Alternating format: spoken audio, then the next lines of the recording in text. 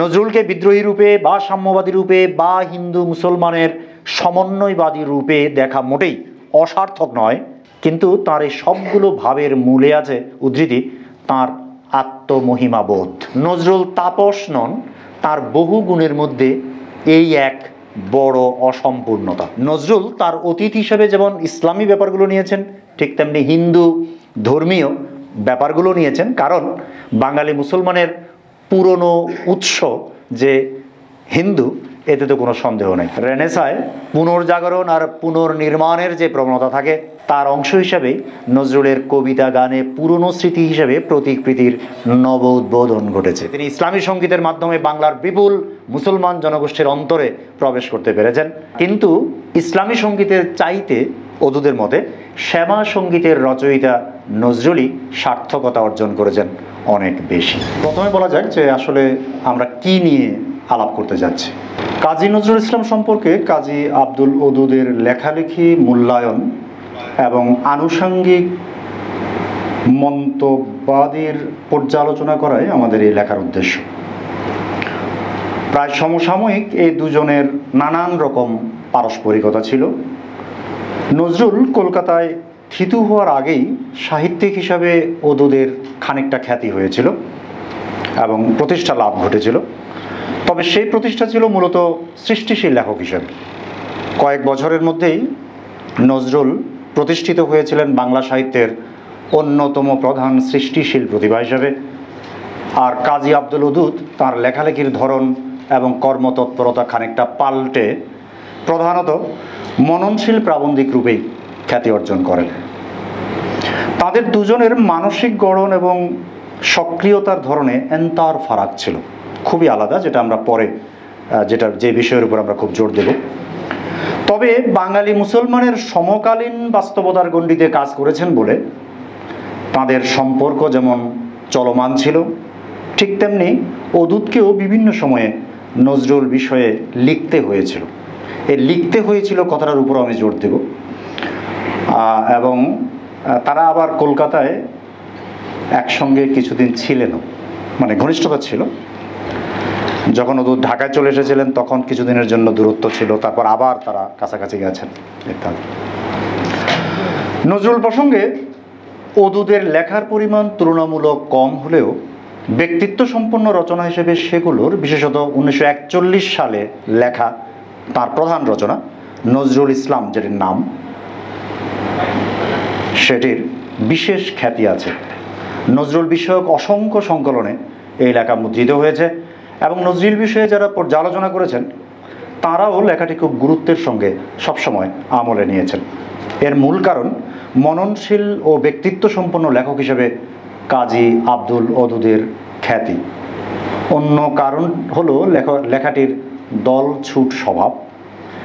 নজরুল পাঠের প্রভাবশালী ধারা ও প্রবণতা থেকে বেশ কতকটা আলাদা খাতে এর মূল্যায়ন ও বিশ্লেষণ পদ্ধতি প্রবাহিত হয়েছে, কিন্তু আরেকটি কারণও সম্ভবত ক্রিয়াশীল ছিল। নজরুলের খ্যাতি ও প্রতিষ্ঠার তুলনায় আব্দুল ওদুদের মূল্যায়নে এই কবি খানিকটা দ্বিধান্বিত বিচারের মধ্য দিয়ে গেছেন এবং ওদুদের নজরুল বিবেচনায় এ দিকটাও অনেকের দৃষ্টি আকর্ষণ করেছে।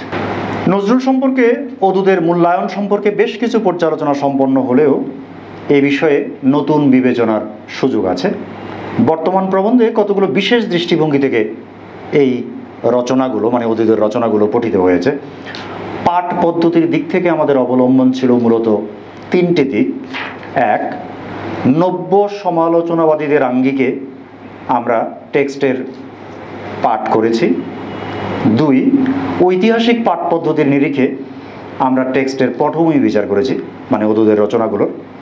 এবং তিন, ডিসকোর্স অ্যানালাইসিসের দিক থেকে আমরা দেখাতে চেয়েছি যে কারণে যে মন্তব্যগুলো করা হয়েছে তার পেছনে আসলে কি কি বাস্তবতা এবং দৃষ্টিভঙ্গি ক্রিয়াশীল ছিল।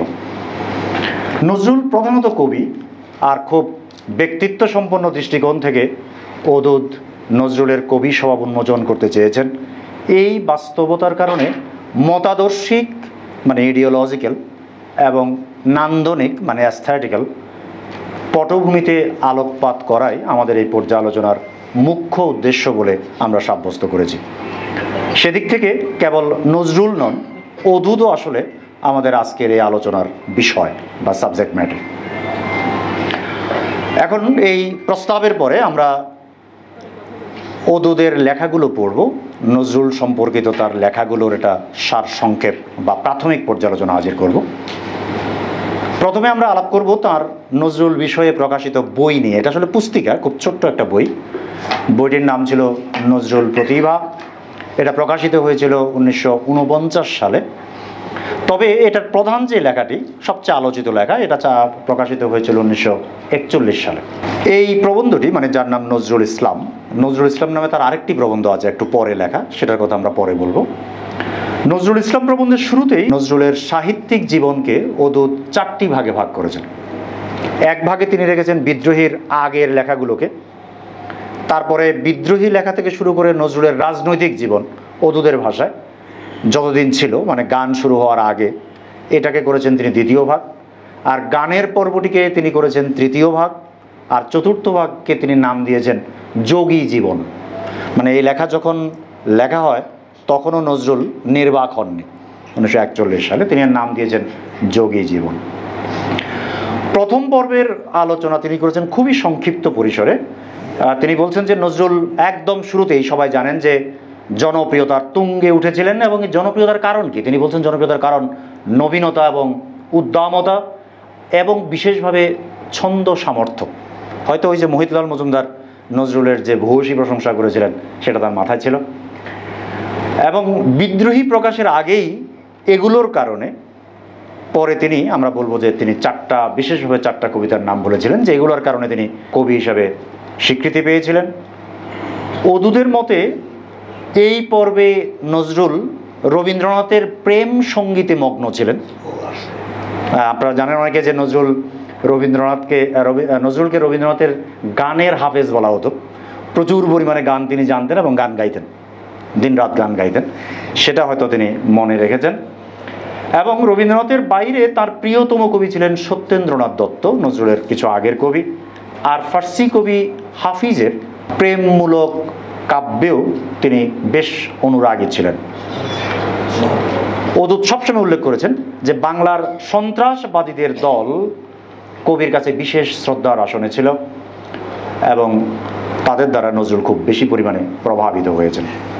তবে নজরুল এই পর্বের রচনা সম্পর্কে তেমন কোনো বিশ্লেষণ করেননি, কেবল বাঁধনহারা উপন্যাস সম্পর্কে বলেছেন এই উপন্যাসের চরিত্রে নজরুলের ব্যক্তি জীবনের কিছু ছায়া পড়েছে। এই কথাটা অবশ্য নজরুল আলোচনায় খুবই পপুলার, কিন্তু অদূত কথাটা হয়তো পুরোপুরি প্রশংসার ছলে বলেন নাই। তিনি বলেছেন ভাববিলাসী ও অভিমানী এবং দায়িত্বহীন ভবঘুরের জীবন, যেটা ওই উপন্যাসের চরিত্রের মধ্যে দেখা যায়। অদূত বলছেন যে এটার মধ্যে নজরুলের ব্যক্তি জীবনের পরিচয় বেশ কতটা পাওয়া যায়। কাজী আব্দুল ওদুদ যাকে বলেছেন নজরুলের বিদ্রোহী যুগ, তাই নিঃসন্দেহে নজরুলের কবিতার প্রধান পর্ব। এই সম্পর্কে অদূত মোটামুটি সন্তোষজনক পরিসরে বিস্তারিত আলাপ করেছেন। সেখানে নজরুলকে সমকালের পটভূমিতে স্থাপন করেছেন, আবার তাঁর কবিতার শক্তি ও দুর্বলতার দিকেও তিনি বিস্তারিত যুক্তি দিয়েছেন। তার মতে ওহাবি আন্দোলন দমনের পর থেকে মুসলমান সমাজ যে গভীর হতাশায় নিমজ্জিত হয়েছে, খেলাফত আন্দোলন তার এক প্রকার সমাপ্তি। আর নজরুল এই খেলাফত যুগের প্রতিনিধি স্থানীয় কবি। অসহযোগ এবং খেলাফতের প্রতিনিধি স্থানীয় কবি, এটা ওই সময়ই নজরুল সম্পর্কে অত্যন্ত পপুলার মন্তব্য ছিল। এটা অদূতের কোনো নিজস্ব আবিষ্কার নয়। অনেকেই যে মনে করতেন নজরুল যুগ প্রবর্তক কবি, এটা বলেছেন কেউ কেউ, তখনই একদম শুরুতে নজরুল যুগ প্রবর্তক কবি, সে ধারণাকে পুরোপুরি বাতিল করে দিয়ে কাজী আব্দুল ওদুদ তাকে বলতে চেয়েছেন যুগ মানব, কন্টেম্পোরারিনেস, ওই যুগের তিনি সৃষ্টি। তার মতে বিদ্রোহী আদতে রবীন্দ্রনাথের বলাকা যুগের আবহেই রচিত। স্পষ্টতই বিদ্রোহী সম্পর্কে তিনি খুবই খারাপ মন্তব্য করেছেন। রবীন্দ্রনাথের বেশ কয়েকটা কবিতা উদ্ধৃত করে তিনি বলছেন যে বিদ্রোহী এর চেয়ে বাইরের কিছু নয়, ওটা বলাকার কবিতা। নজরুলের শ্রেষ্ঠ কবিতাগুলো সম্পর্কেও যার একটা বড় অংশ এই যুগে রচিত, তার প্রধান সমালোচনা এই যে এগুলো উৎকৃষ্ট পংক্তি ধারণ করে বটে। এই মত ওদের শেষ পর্যন্ত ছিল যে এগুলো প্রচুর উৎকৃষ্ট পংক্তির সমাহার, কিন্তু সামগ্রিকভাবে কবিতাগুলোর মধ্যে কোনো যাকে বলে অন্তর্নিহিত কনসিস্টেন্সি প্রথম থেকে শেষ পর্যন্ত এটা আসলে খুব একটা নাই।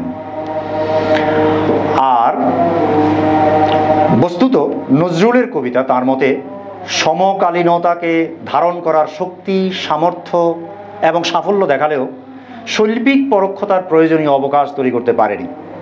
ফলে তিনি সিদ্ধান্ত নিয়েছেন, উদ্ধৃতি, নজরুলকে এই যুগের একজন অসাধারণ কবি ভাবা কঠিন, কিন্তু এই যুগের একজন অসাধারণ ব্যক্তি তিনি অবিসংবাদিত রূপে। উদ্ধৃতি শেষ। নজরুলের বর্তমান লিপ্ততাকে তিনি পরোক্ষভাবে কিন্তু বেশ দার্শনিকভাবে বিশ্লেষণের মেজাজে আধুনিকতা নামে চিহ্নিত করেছেন। এটা তিনি বিশদ করেননি, কিন্তু মন্তব্যটা খুবই গভীরভাবে বিশ্লেষণ করার দাবি রাখে। তবে তিনি একটা কিন্তু যোগ করে দিয়েছেন, মানে ওদের নজরুল বিবেচনার মধ্যে একটা যদি কিন্তুর ব্যাপার ছিল প্রচুর পরিমাণে, যেমন এখানেও একটা কিন্তু যোগ করেছেন। বলে কিন্তু হলো কি, যে বর্তমানকে যারা অ্যাড্রেস করতে পেরেছেন যেমন হুইটম্যান এবং রবীন্দ্রনাথ, তাদের তুলনায় নজরুলে বাণীর ত্রুটি সহজেই চোখে পড়ে। মানে বর্তমানকে কবিতায় রূপান্তরিত করতে পারার যে সামর্থ্য, সেটা অদূত বলছেন যে নজরুলের মধ্যে অপেক্ষাকৃত কম। কিন্তু নজরুলের জীবনের উপলব্ধি সুগভীর, যেটাকে বারবার তিনি উল্লেখ করেছেন, এই বিষয়ে তার কোনো সন্দেহ নেই। সাম্যবাদী কাব্যের যুক্তিতর্ক যেমন প্রচুর তেমনি দুর্বল, মানে আসলে তিনি ডিরেক্টনেসের বিরুদ্ধে কথা বলছেন, সরাসরি কথা বলার বিরুদ্ধে কথা বলছেন, কিন্তু এর মধ্য দিয়ে যে বেদনাময়ী চিত্তের প্রকাশ ঘটেছে তা পরম শ্রদ্ধার্হ। নজরুলের যে প্রশংসা অদূত বারবার করেছেন তা এই যে নজরুলের ভিতরে তারুণ্য চমৎকার, জীবনের আনন্দ তিনি সহজভাবে অনুভব করতে পারেন। নজরুল রচনাবলীর মর্মার্থ অনুধাবন এবং কবির মূল স্বভাব বিশ্লেষণের জন্য অদূত এক অন্যতর প্রস্তাব করেছেন প্রবন্ধের এই জায়গায়। তার মতে, উদ্ধৃতি, অন্তরের গোপনতম প্রদেশে তিনি তাত্ত্বিক, আর সেই তাত্ত্বিকতা তাঁর যেন জন্মগত। তাঁর এই পরম প্রিয় তত্ত্বের নাম দেওয়া যেতে পারে লীলাবাদ, ইংরেজিতে যা সাধারণত প্যান্থিজম নামে পরিচিত।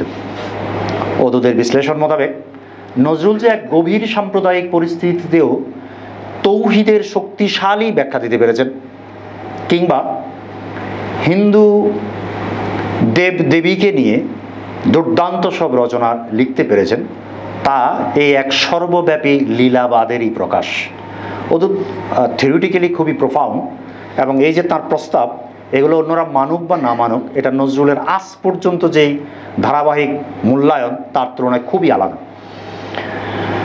এইভাবে তিনি নজরুলের একটা ব্যাখ্যা করেছেন, যেখানে তার একটা সিদ্ধান্ত এরকম যে তিনি বহির্মুখী না হয়ে অন্তর্মুখী হয়েছেন অনেক বেশি, আর রূপ বৈচিত্র্য অঙ্কনের চেয়ে টাইপ বা প্রতীক সৃষ্টির দিকে তার মন ঝুঁকেছে।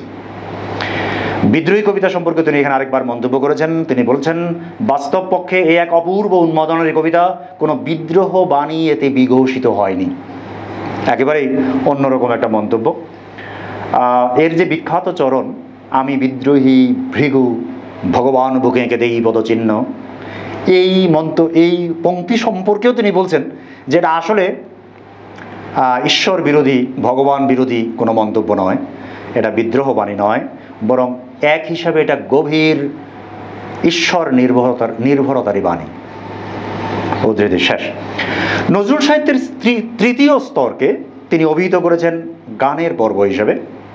স্বভাবতই এই কথা সবাই বলে, কিন্তু পূর্ববর্তী স্তরকে তিনি যেভাবে জনপ্রিয়তার কোটায় রেখে গানের পর্বকেই নজরুলের শৈল্পিক সাফল্যের প্রধান পর্ব হিসেবে চিহ্নিত করেছেন, সে চিন্তা তার সমকালে অনেকের মধ্যে দেখা গেলেও আজকাল আর দেখা যায় না। আপনারা জানেন যে আমি প্রধানত বুদ্ধদেব বসুর কথা ইঙ্গিত করছি।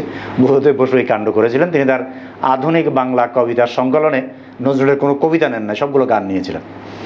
এই কাণ্ড করেছেন। কে কার দ্বারা প্রভাবিত হয়েছে কি জানি, মানে অদূদের দ্বারা বুদ্ধদেব বসুর প্রভাবিত হওয়ার একটা সম্ভাবনা আছে, কিন্তু আমরা পরে বলবো যে বুদ্ধদেব বসুর অ্যাস্থেটিক্স আসলে সেরকমই, ফলে প্রভাবিত না হয়েও এই সিদ্ধান্ত তারা নিতে পারেন। অদূদের বাক্যে এই দুইয়ের দ্বৈরথ খুব স্পষ্টভাবে ফুটে উঠেছে। আগের বিদ্রোহী যুগের কবিতা এবং গানের এই পর্ব। তিনি লিখছেন, যিনি খ্যাতি লাভ করলেন বিদ্রোহী রূপে, কাব্যলক্ষ্মীর প্রসাদ অজস্রভাবে তিনি লাভ করলেন প্রেম সঙ্গীতের রচয়িতা রূপে। উদ্ধৃতি শেষ। বাংলা সাহিত্যের সমগ্র ইতিহাসে বীর রসের বিপরীতে বিরহ গাথার যে প্রবলতা, তার সাথে তিনি নজরুলের এই সাফল্যের ধারাবাহিকতা আবিষ্কার করেছেন। তিনি বলছেন যে এটা বিস্ময়কর নয়, মধুসূদন এটা আমরা দেখেছি, আর পুরনো বৈষ্ণব কবিতাও দেখেছি, ফলে এটা বিস্ময়কর নয়। প্রেম সঙ্গীতের রচয়িতা হিসেবে সার্থকতা অনেকটা স্বীকৃতি পেলেও নজরুলের ইসলামী সঙ্গীতের শৈল্পিক সাফল্যের স্বীকৃতি তিনি দেননি। তার মতে এই ধরনের সঙ্গীতের প্রধান কৃতিত্ব নজরুলের ক্ষেত্রে যে তিনি ইসলামী সঙ্গীতের মাধ্যমে বাংলার বিপুল মুসলমান জনগোষ্ঠীর অন্তরে প্রবেশ করতে পেরেছেন। কিন্তু ইসলামী সঙ্গীতের চাইতে অদূদের মতে শ্যামা সঙ্গীতের রচয়িতা নজরুলই সার্থকতা অর্জন করেছেন অনেক বেশি। এটা ছিল তৃতীয় স্তর অদূদের বিচারে। সর্বশেষ চতুর্থ স্তর মানে যোগী স্তর সম্পর্কে তিনি কোনো বিশ্লেষণ করেননি, আশা করেছেন। তিনি বলছেন, এর ফলে সমৃদ্ধতর চিত্ত ও তীক্ষ্ণতর দৃষ্টি নিয়ে তিনি নতুন করে জীবন ও সাহিত্যে হয়তো প্রবেশ করবেন। মানে তখন নজরুল একটু বিশ্বস্ত অবস্থার মধ্যে ছিলেন। নজরুল সম্পর্কে তার শেষ ও চূড়ান্ত মন্তব্য কবিকে এক সামগ্রিক ঐক্যের আলোকে উন্মোচিত করে। তার মতে নজরুলকে চেনা যাবে তার প্রেমের সাধনায়, দেশ ও জাতির প্রতি ওই প্রেমের বদৌলতে এবং সাধনায় নজরুল হয়ে উঠেছেন একজন সম্মানিত ব্যক্তি। তিনি লক্ষ্য করেছেন দেশের সামগ্রিক জাতীয় চৈতন্যে নজরুল প্রতিভার স্পর্শ লেগেছে। সেদিক থেকে বিচার করলেই নজরুলের ঐতিহাসিক মর্যাদা সম্পর্কে, এটা তিনি পরে অন্য প্রবন্ধও বলবেন, ঐতিহাসিক মর্যাদা যদিও কোথাও তিনি ব্যাখ্যা করেননি, তিনি বলছেন যে সেদিক থেকে বিচার করলে, দেশের একটা বড় প্রেক্ষাপটে বিচার করলে নজরুলের ঐতিহাসিক মর্যাদা সম্পর্কে আর আমাদের সংশয় থাকবে না। আমি পরের অংশে ওই বইয়ের, যে বইটা 1949 সালে বেরিয়েছিল নজরুল প্রতিভা নামে, যার একটা লম্বা প্রবন্ধ, প্রধান প্রবন্ধটা নিয়ে আমরা এতক্ষণ আলাপ করলাম, ওই বইয়ের ছোট দুটো প্রবন্ধ নিয়ে এই অংশে মন্তব্য করব। নজরুল ইসলাম প্রবন্ধটি অনেকের সশ্রদ্ধ মনোযোগ আকর্ষণ করলেও নজরুল প্রতিভা গ্রন্থের অন্য দুটি ছোট প্রবন্ধ অদূদের তীক্ষ্ণ পর্যবেক্ষণ ও মননশীল বিবেচনার সাক্ষ্য হয়ে আছে। এর মধ্যে প্রতীক প্রীতি, আপনারা যারা নজরুল লিটারেচার সংক্রান্ত, নজরুল সম্পর্কিত লিটারেচারের সঙ্গে পরিচিত, তারা দেখবেন যে অদূদের নাম এবং বিবেচনার ধরন এবং জায়গা খুবই আলাদা। যেমন এই প্রবন্ধের নাম হলো প্রতীক প্রীতি। এটা সম্পর্কে আমি আর কারো কোনো আলোচনা দেখিনি। আইডিয়াটা পরে মোতায়েন সেন চৌধুরী একবার ব্যবহার করেছিলেন। যাই হোক, এর মধ্যে প্রতীক প্রীতি প্রবন্ধটি রচিত হয়েছে 1943 সালে। এই প্রবন্ধে নজরুলের হিন্দু মুসলমান সম্প্রীতির সাধনাকে তিনি এমন এক ভিন্ন দৃষ্টিকোণ থেকে ব্যাখ্যা করেছেন এবং এমনভাবে সমকালীন গভীরতর বাস্তবতার সাথে মিলিয়েছেন যার সমধর্মী নজির খুব বিরল। অদূত বলেছেন, নজরুলের হিন্দু দেবদেবীর মহিমামূলক গানের সাফল্য কেবল শৈল্পিক নয়, বরং নানা দিক থেকেই তা রেনেসা ধর্মী। রেনেসায় পুনর্জাগরণ আর পুনর্নির্মাণের যে প্রবণতা থাকে, তার অংশ হিসাবে নজরুলের কবিতা গানে পুরনো স্মৃতি হিসেবে প্রতীক প্রীতির নব উদ্বোধন ঘটেছে। আসলে তিনি বলতে চাচ্ছেন যে আমাদের হিন্দু মুসলমান সম্প্রীতির দরকার আছে, সেই দরকারটা নজরুলের মধ্যে প্রতীক প্রীতির মধ্য দিয়ে আসলে সম্পন্ন হয়েছে। তিনি বলছেন যে যখন রেনেসা হয় তখন সবসময় পুরনো কালকে, পুরনো ঐতিহ্যকে এবং সমৃদ্ধিকে লোকে স্মরণ করে, পুনর্নির্মাণ করে। নজরুল তার অতীত হিসেবে যেমন ইসলামী ব্যাপারগুলো নিয়েছেন, ঠিক তেমনি হিন্দু ধর্মীয় ব্যাপারগুলো নিয়েছেন। কারণ বাঙালি মুসলমানের পুরনো উৎস যে হিন্দু, এতে তো কোনো সন্দেহ নেই। এই আইডিয়া ওই সময় যেভাবে প্রবলভাবে ছিল, অদূত সেইভাবেই ব্যাখ্যা করেছেন, ব্যবহার করেছেন। এবং আপনাদের আরেকবার মনে করিয়ে দিই যে একই আইডিয়া ব্যবহার করে মোতায়েন সেন চৌধুরী নজরুল বিষয়ে তার বিখ্যাত প্রবন্ধটি লিখেছিলেন, এই আইডিয়াটা ব্যবহার করে, রেনেসাঁসের আইডিয়া এবং এর সঙ্গে নজরুলের হিন্দু দেবদেবীর যে বন্দনায় অসাধারণ সাফল্য, সেটার কারণ ব্যাখ্যা করে মোতায়েন সেন চৌধুরী পরে আইডিয়াকে ব্যাখ্যা করেছেন। আমার জানা মতে এই আইডিয়া আর কেউ ব্যবহার করেননি। অদূত তার এই বক্তব্যের পক্ষে তিনি ইউরোপীয় রেনেসাঁর উদাহরণ দিয়েছেন বলে সেখানে একই ঘটনা ঘটেছে, আর ইরানের উদাহরণ দিয়েছেন। তখন এই উদাহরণটা পপুলার ছিল, আমি আর অনেকের লেখায় দেখেছি যে ইরানে ফেরদৌসি যেভাবে ইসলাম পূর্ব ইরানি ইতিহাসকে পুনর্নির্মাণ করেছেন তার কাব্যে, সেই উদাহরণটা দিয়েছেন। অন্য প্রবন্ধটির নাম, এই বইয়ের আরেকটা খুব ছোট্ট প্রবন্ধ, 1.5 পৃষ্ঠার প্রবন্ধটির নাম আমি আপনারে ছাড়া করি না কাহারে কুর্নিশ। এই ছোট প্রবন্ধে অদূত নজরুলের সমগ্র সাহিত্যিক সত্তাকে বিশ্লেষণের আওতায় এনেছেন আরেকটি মূল ধারণাকে অবলম্বন করে। ধারণাটি তিনি গড়ে নিয়েছেন নজরুলের রাজসিক আচার আচরণ বিশ্লেষণ করে, আর এর প্রকাশের ভাষা আহরণ করেছেন আপনারা বুঝতেই পারছেন নজরুলের নিজেরই খুব বিখ্যাত পংক্তি থেকে।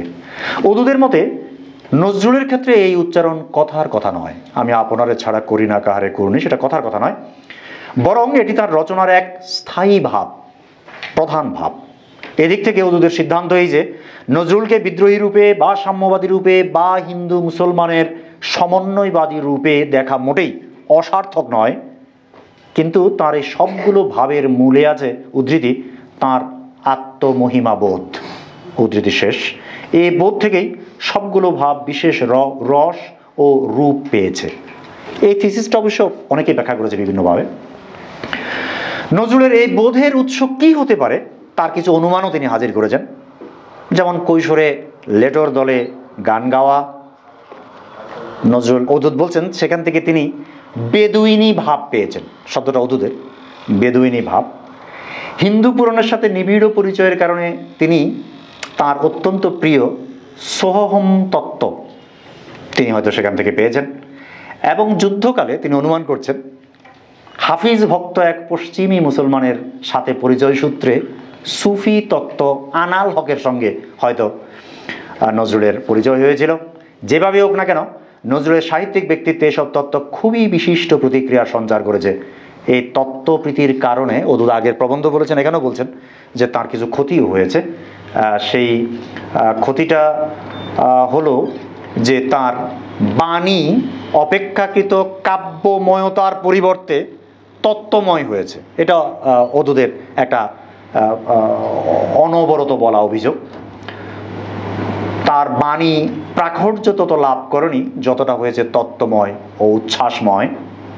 তবে তিনি এটাও বলতে ভুলেন নাই, সোহম বা আনাল হক তত্ত্ব থেকে উদ্ভূত চেতনা মাঝে মধ্যেই অপূর্ব সম্পদ হয়ে তাঁর কাব্যকে মহিমান্বিত করেছেন। সেই একই কথা যে কিছু পংক্তিতে সেটা প্রকাশিত হয়েছে, অল্প কিছু রচনায় প্রকাশিত হয়েছে, এই ধরনের রচনা অপেক্ষাকৃত কম। আমরা অদূতের নজরুল সম্পর্কিত রচনার সারসংক্ষেপ এবং প্রাথমিক পরিচয় দিচ্ছি। আমরা এখন তৃতীয় অংশে যাব, যেখানে তার নজরুল সম্পর্কিত অন্য কিছু রচনা অথবা অন্য রচনায় যেখানে খুব ছোট করে নজরুলের ব্যাখ্যা আছে সেগুলোর কথা বলবো আমরা। সাধারণভাবে যতটা হতে পারত, অর্থাৎ সমকালীন মুসলমান সাহিত্যিক সমাজ কিংবা সামগ্রিক বাংলা সাহিত্যের সমাজে নজরুলের অবস্থান আর অদূতের লিপ্ততার হিসেবে যতটা হতে পারত, নজরুল বিষয়ে অদূতের লেখালেখির পরিমাণ তার তুলনায় ঢের কম। এমনকি বাংলা সাহিত্য কিংবা মুসলমানদের সাহিত্য অথবা সমকালীন সাহিত্য সম্পর্কে অদূত যেসব অভিভাষণ দিয়েছিলেন অথবা মূল্যায়ন বা ইতিহাসধর্মী প্রবন্ধ লিখেছিলেন, সেগুলোতেও নজরুল প্রায়শই অনুপস্থিত থেকেছেন অথবা খুবই গৌণভাবে উপস্থিত হয়েছেন। এই ধরনের অনেকগুলো রচনায় তিনি সমকালীন গুরুত্বপূর্ণ মুসলমান লেখক হিসেবে উল্লেখ করেছেন রোকেয়া সাখাওয়াত হোসেনের নাম, কাজী ইমদাদুল হকের নাম এবং লুৎফর রহমানের নাম, ডাক্তার লুৎফর রহমানের নাম। এবং এই তিনজনের নাম যতটা গুরুত্বের সঙ্গে উল্লেখ করেছেন, অনেক সময় নজরুলের উল্লেখে ততটা গুরুত্বের আমেজও পাওয়া যায়নি। শাশ্বত বঙ্গ বইয়ের প্রথম প্রবন্ধ আপনারা কেউ কেউ জানেন, মুস্তফা কামাল সম্বন্ধে কয়েকটি কথা। এই প্রবন্ধের শুরুতেই পাওয়া যায় এরকম উল্লেখ, উদ্ধৃতি, আমাদের তরুণ কবির সেদিনকার সেই প্রাণময় উচ্ছ্বাস, কামাল তুনে কামাল কিয়া ভাই, সেদিন এই ছিল আমাদের সকলেরই অন্তরের অন্তরতম কথা। তবে নজরুল সম্পর্কে এই ধরনের গৌণ উল্লেখও আসলে অদূতের সামগ্রিক রচনাবলিতে খুবই কম। অবশ্য সময় যতই গড়িয়েছে, নজরুল বিবেচনায় অদূতের ধারণাও খানিকটা পরিবর্তিত হয়েছে। এর একটা কারণ হতে পারে বয়সের নৈকট্যের কারণে। অদূতের জন্ম 94-তে, নজরুলের 99-তে। এবং সময়ের প্রচণ্ডতার মধ্যে নজরুলের গুরুত্বের যেসব দিক অদূদের কাছে অধরা থেকে গিয়েছিল, ক্রমশ সময়ের ব্যবধানে সেগুলো তিনি অপেক্ষাকৃত স্পষ্টভাবে দেখতে পারছিলেন এবং দেখাতে পারছিলেন। তবে আরেকটি গুরুতর ব্যাপার এর মধ্যে কাজ করেছে বলে মনে হয়। যখন বৃহত্তর বাংলা সাহিত্যের অথবা বিশ্ব সাহিত্যের দৃষ্টিভঙ্গি নিয়ে তিনি নজরুলের সাহিত্য অবগাহন করেছেন, তখন প্রতিষ্ঠিত নানা ধরনের চাপে অনেক সময় নজরুল সাহিত্যের অনেকগুলো বিশিষ্ট দিকে তার নজর পড়েনি, অন্তত সেগুলোকে তিনি গুরুত্বের সাথে উপস্থাপন করতে পারেননি। কিন্তু যখন বিশেষভাবে তিনি নজরুলের সাহিত্যে দৃষ্টিপাত করেছেন অথবা সমকালীন সাহিত্য বাস্তবতার বিশেষ বাঁকগুলোতে তার নজর পড়েছে, তখন তিনি নজরুল সাহিত্যে ও ব্যক্তিসত্তায় নতুন বৈশিষ্ট্য আবিষ্কারে সমর্থ হয়েছেন। নজরুল প্রতিভা বইয়ের মূল প্রবন্ধটির সাথে অন্য দুটি ছোট প্রবন্ধ মিলিয়ে পড়লে এ কথা বিশেষভাবে বোঝা যাবে। যেমন বোঝা যাবে আধুনিক বাংলা সাহিত্য প্রবন্ধটি 1945 সালে লেখা, নজরুল ইসলাম লেখা হয়েছিল 1941 সালে, এটা 45 সালে লেখা।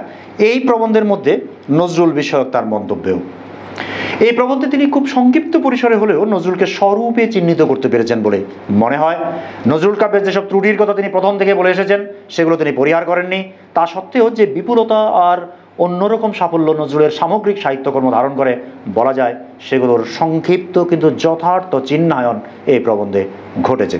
তবে এও লক্ষ্য করার মতো বিষয়, মতগুলো তার নিজস্ব বিবেচনার ফল নয়, অনেকটা very much important for my proposition, এটা তার নিজে যে বলছেন তা না, বরং নজরুল সম্পর্কে অন্যরা যেগুলো বলেছে সেগুলোর তিনি স্বীকৃতি দিচ্ছেন।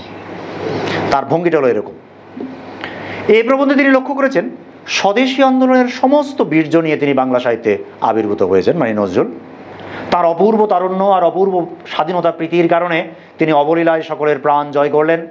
বাঙালি মুসলমানের মধ্যে তিনিই প্রথম ব্যক্তি যিনি সাহিত্যিক হিসেবে হিন্দু মুসলমান উভয়ের চিত্ত আকর্ষণ করতে পেরেছিলেন। অন্যদিকে তার সাহিত্যিক মর্যাদা নিয়ে প্রথম দিকে সাহিত্যিক সমাজে দ্বিধা থাকলেও শেষ পর্যন্ত এটা স্বীকৃত হয়েছে যে, উদ্ধৃতি, নজরুল বিংশ শতাব্দীর বাংলার, শুধু বাংলার নয় ভারতের একজন স্মরণীয় কবি, উদ্ধৃতি শেষ। তার মূল ঐশ্বর্য প্রাণাবেগ, এ কালে গণশক্তির যে উত্থান, অদূতের একাধিক প্রবন্ধ লিখেছেন, এ কালের গণশক্তির যে উত্থান, অদূত বলছেন তার মূলে নজরুল প্রতিভা বিশেষভাবে কার্যকরী হয়েছে। এই দিক দিয়ে তার ঐতিহাসিক মর্যাদা অসাধারণ। ঐতিহাসিক মর্যাদার কথা তিনি আবার বলেছেন এখানে। কোথাও এটা একটা অসামান্য পয়েন্ট, বিরাট দাবি, পরবর্তীকালে কেউ কেউ বিশ্লেষণ করেছেন, কিন্তু অদূত এই বিশ্লেষণে অগ্রসর হননি। প্রায় কাছাকাছি বিবরণ পাওয়া যায় তার বিখ্যাত বই বাংলার জাগরণে, এটা 1956 সালে বেরিয়েছিল। পূর্বতন বিবেচনা থেকে খুব বেশি সরে না আসলেও এখানে নজরুলের কবিতার তেজোদ্দীপ্তির স্বীকারোক্তি মিলেছে। উদ্ধৃতি, যে বীর্যবর্তার অভাব লক্ষণীয় আমাদের মধু বঙ্কিম রবীন্দ্রেতর সাহিত্যে, তার কিঞ্চিত ঝলক পাওয়া যায় তার রচনায়। কিঞ্চিত বলছেন, তাও বলছেন। তার অপূর্ব নিঃসঙ্গ তারুণ্য প্রতিফলিত হয়েছে তার কাব্যে, তার অসাধারণ জনপ্রিয়তা তাই থেকে। তবে নজরুল তাপস নন, এই বাক্য অদূতকে চিন্তা আমাদের সাহায্য করবে। নজরুল তাপস নন, তার বহু গুণের মধ্যে এই এক বড় অসম্পূর্ণতা, উদ্ধৃতি শেষ। সংস্কৃতি পরিষদ কর্তৃক প্রকাশিত কবি নজরুল বইতে কাজী আব্দুল ওদুদের নজরুল ইসলাম নামে আরেকটি প্রবন্ধ পাওয়া যায়। প্রবন্ধটির কথা খুব বেশি উল্লেখিত হয় না, তবে এর বক্তব্য নজরুলের অন্য রচনার সঙ্গে সঙ্গতিপূর্ণ এবং তাতে কিছু নতুন মাত্রাও প্রকাশিত হয়েছে। নজরুলের প্রথম দিকের 4টি কবিতা তিনি খুব প্রশংসা করেছেন, সাতিল আরব, খেয়াপাড়ের তরণী, কোরবানি এবং মহরব, এবং তিনি বলছেন এগুলোর মধ্য দিয়েই বাংলার রসিক সমাজে নজরুলের চূড়ান্ত প্রতিষ্ঠা করেছিল। বিদ্রোহী কবিতা সম্পর্কেও এখানে তিনি তুলনামূলক বিশদ আলোচনা করেছেন।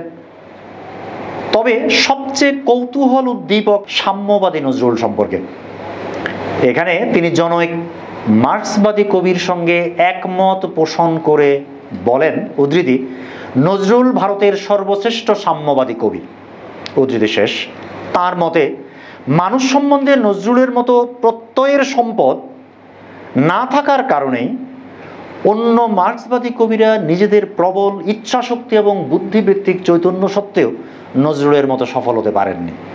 এটা একটু বড় মন্তব্য, কারণ বাই দিস টাইম ভারতবর্ষে অসংখ্য মার্ক্সবাদী কবি কবিতা লিখেছেন, বাংলা সাহিত্য তারা খুব বিখ্যাত, কিন্তু তিনি স্বীকৃতি দিচ্ছেন যে মার্ক্সবাদী কবি, সাম্যবাদী কবি হিসেবে মার্ক্সবাদী না হোক, নজরুল সবচেয়ে বড় ভারতবর্ষে।